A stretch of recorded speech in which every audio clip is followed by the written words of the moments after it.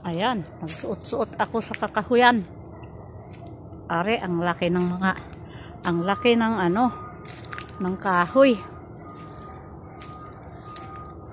Ayan, ang kahoy na prakata, kalaki-laki na ng puno.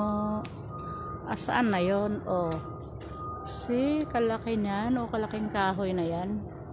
Tuwing! Ayun ba, isa. Pero maliliit ang iba. Maliit ang puno. Para lang ang malaki-laki. Malaki pa sa katawan ko. Sa 2, 3, 4, 5, 6, 7, 8, siyam. Ay, bangkal are. Siyam lang.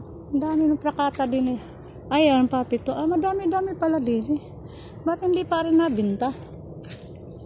Hindi pa pinutol. Ako makakuha ang buko. Hoy, anong gawa mo dyan, aso ka? Talisay, are, talisay. Are, isa bangkal. Ay, ano ba yun? Santol? Ay, bangkal.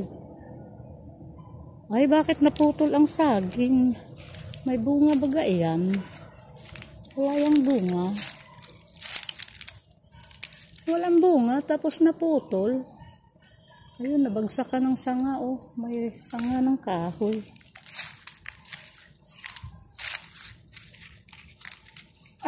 Nabagsak ka ng sanga ng kahoy.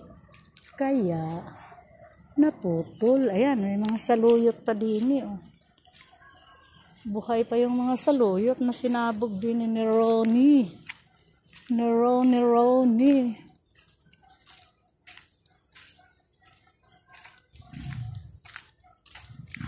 Ano gayan? Saan makakuha din ng buko? Wala naman panungkit. Hindi naman maakyat sa tatayog ng mga puno na yan. O, paano yan akyatin? Katataas. Katataas ng puno. Are yung badyang na pula. Ay, pula. Na purple. Purple badyang. Pero makatsi pa rin. Makatsi. Anong puno, are? Anong puno ka? Mahogany are. Ginapangan ng ano to? Buyo. Ano nga ba yung buyo?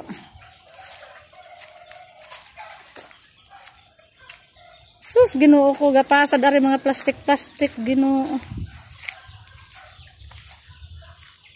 Are yung lansunis.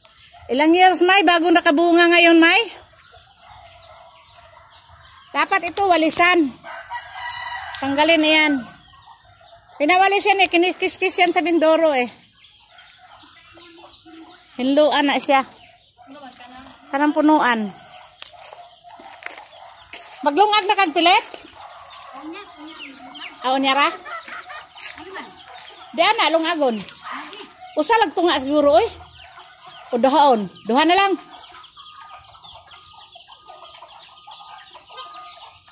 Asa man kato dito. Butong na to. Unsaon pagkuha ang pangutana? Unsaon pagkuha sa manta ang butong, sabi ni Lolo Amay. Ha, sa manta. Ayan yung buko. Sus, 2 lang, 2 kilo. 2 lang niyog, 2 kilo. Ha, napad isa dida.